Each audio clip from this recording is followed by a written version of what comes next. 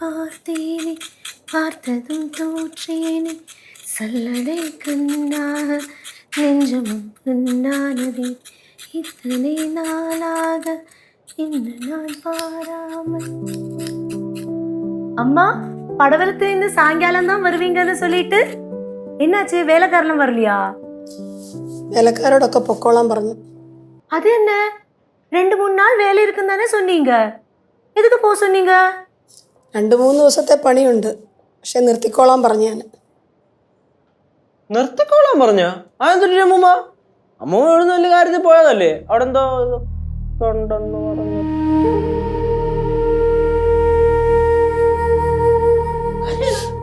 അച്ചി അമ്മൂമ്മ എന്തൊരു എന്തൊരു അമ്മ കരണ?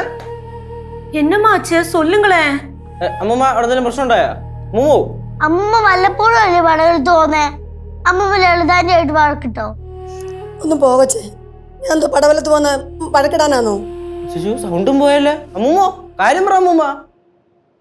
சொல்லுங்கம்மா. കാര്യം പറയാമേ. ഞാനിവിടുന്ന് പോയപ്പോ എല്ലാവരുടെയും ജാതകം കൊണ്ടല്ലേ പോയത്? ഓ ஆமா, நீங்க முன்னா நேத்தே ஜோல்சர்ட்ட கொடுத்தீங்கன்னு சொன்னாங்க. என்னாச்சு, அவரு பார்க்கவே இல்லையா? എല്ലാവരുടെയും ജാതകം നോക്കി, എല്ലാവരുടെ ജാതകവും നല്ല ജാതകമാണ്, പ്രത്യേകിച്ച് പാറുവിന്റെ കെങ്കേമമാണെന്നാ ജോത്സ്യര് പറഞ്ഞു. ഓ, അമ്മൂമ്മയ്ക്ക് അത് കേട്ടപ്പോ സന്തോഷമായി കാണും, അതുകൊണ്ടാണ് കരയുന്നേ. അതെന്തോ പറയില്ല കേട്ടാ, ആനന്ദിന്റെ ആശ്രമം. ആനന്ദിന്റെ ആശ്രമോ? നീ ആനന്ദാശ്രമമാണ് ഉദ്ദേശിച്ചേ? സന്തോഷ കണ്ണീര്. എല്ലാവരുടെയും ജാതകം നോക്കിയതിന് ശേഷം സിദ്ധുവിന്റെ ജാതകം നോക്കിയത്. ആലോചിക്കുമ്പോ തന്നെ എന്റെ കൈയും കാലും വിറയ്ക്കുക. നിങ്ങളിതിപ്പോ തൽക്കാലം ലച്ചുവിനോട് പറയാൻ നിക്കല്ലേ. ലച്ചോട് പറയാത്ത എന്ത് കാര്യം? പറയണ്ട, അത് തന്നെ. എന്തെന്നാ എന്താ പറ? നമ്മള് ഇങ്ങനെ അമ്മൂമ്മയുടെ അടുത്ത് ഇങ്ങനെ പറഞ്ഞോണ്ടിരിക്കുന്നത്. അപ്പൊ അമ്മൂമ്മ അവിടെ പടവലത്ത് പോയപ്പോ ലളിതാന്റെ ആയിട്ട് എന്തോ അടി ഉണ്ടാക്കിയെന്നുള്ള കാര്യം ഇങ്ങനെ പറഞ്ഞോണ്ടിരിക്കുന്നത് അല്ലേ അമ്മൂമ്മ? എന്തോന്നാ അമ്മൂമ്മ, വല്ലപ്പോഴുമാണ് പടവലത്തേക്ക് പോകുന്നത്, എന്നിട്ട് അവിടെ പോയിട്ട് അവിടെ അടി ഉണ്ടാക്കുന്ന. കരയണ അമ്മൂമ്മ എന്തിനാ കരയണ? ഇനി ഞാൻ അതിന് മാത്രം ഒന്നും പറഞ്ഞില്ലല്ലോ.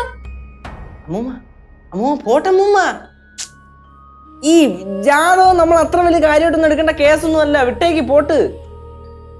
ഓ, അമ്മൂമ്മ ജാതകം കൊണ്ടാണല്ലേ പോയത്. ഇപ്പോഴല്ലേ കാര്യം മനസ്സിലാക്കിയേ. ആ ചോദിച്ച ജാതകം നോക്കി വല്ല നെഗറ്റീവും പറഞ്ഞു കാണും. ആണോ അമ്മൂമ്മ? എന്റെ അമ്മൂമ്മ, ഈ ജ്യോതിഷം എന്ന് പറയുന്നതേ നാളിനെ ചുറ്റിപ്പറ്റിയും ഗ്രഹത്തിനെ ചുറ്റിപ്പറ്റിയൊക്കെ പറയുന്നതല്ലേ. ഇത് സത്യമാണോ മിഥ്യയാണോ പോലും നമുക്ക് അറിയാൻ പാടില്ല. അമ്മൂമ്മ അത് മാത്രമല്ല, പണ്ടത്തെ ആൾക്കാരെ പറയണ കേട്ടിട്ടില്ലേ, ജ്യോതിഷം എന്ന് പറയുന്ന സംഭവം സത്യമാണ്, പക്ഷെ ഇത് നോക്കണ ജ്യോത്സ്യന്മാര് കള്ളന്മാരാണെങ്കിൽ പിന്നെ പറഞ്ഞിട്ട് കാര്യമില്ലെന്ന്. അയ്യോ, കൊച്ചകൃഷ്ണൻ ജോത്സ്യൻ അങ്ങനെയുള്ള ആളൊന്നുമല്ല, ജ്യോതിഷ രത്ന പട്ടം കിട്ടിയിട്ടുള്ള ആളാ. എന്തുമാത്രം ജാതകം അവിടെ ഇരിക്കുന്നതെന്നറിയാവോ? നമ്മളോടുള്ള അടുപ്പം കൊണ്ടാണ് നമ്മുടെ അത് പെട്ടെന്ന് നോക്കി തന്നത്. ആട്ടെ, സമ്മതിച്ച്. ഇപ്പൊ ആരുടെ ജാതകം നോക്കിയിട്ടാണ് പ്രശ്നം ഉണ്ടെന്ന് പറഞ്ഞത്? ഇനി ഒന്നും ഒളിച്ചു വെച്ചിട്ട് കാര്യമില്ല. സിദ്ധുവിനെ അമ്പലങ്ങളിലെല്ലാം കൊണ്ടുപോകണം. സിദ്ധുവിന്റെ പേര് വഴിപാടുകളൊക്കെ നടത്തണം. അമ്പലത്തിലും കൊണ്ടുപോകാൻ വഴിപാട് നടത്താം. ജോത്സ്യൻ എന്താ പറഞ്ഞേന്നൊന്ന് പറ. നീ സിദ്ധുവിനെ വിഷമിപ്പിക്കരുത്. സിദ്ധുവിന്റെ ഗ്രഹസ്ഥിതി ശരിയല്ല. ഗ്രഹങ്ങളെല്ലാം ഇഷ്ടഭാവത്തിലല്ലയോ നിൽക്കേണ്ടുന്നത്, എല്ലാം അനിഷ്ടഭാവത്തിലാണ് നിൽക്കുന്നത്. ബുധനും ശനിയും ഒന്നും നേരെയല്ല നിൽക്കുന്നത്. കർമാധിപനായ വ്യാഴത്തിനും ബലമില്ല.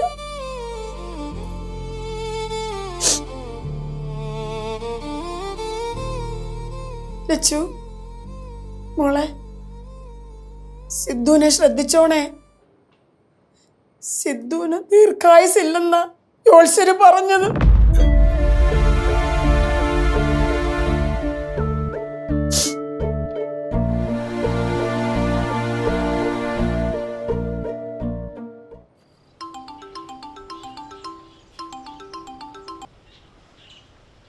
ഹലോ, അരി പറയടാ.